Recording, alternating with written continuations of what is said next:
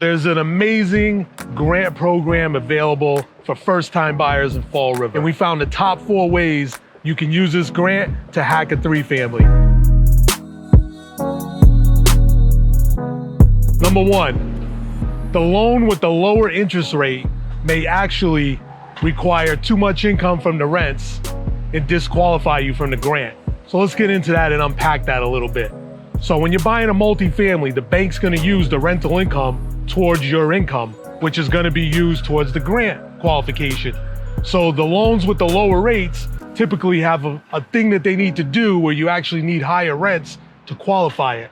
So you may wanna look at the loan with a higher interest rate that doesn't have that stipulation, which means we can have a little bit lower rental income and it'll all work. Number 2, lower price point may be where you need to go, but that's not a bad thing. So the average 3-family in Fall River in the last 3 months, about $520,000.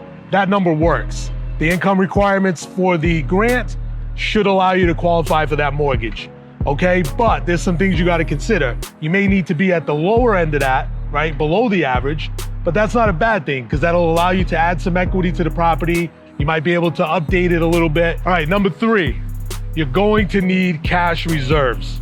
I know they're giving you the down payment, they're giving you some closing costs, but when you're buying a multi, depending on the loan that you pick, you're gonna need 3 to 6 months of cash reserves.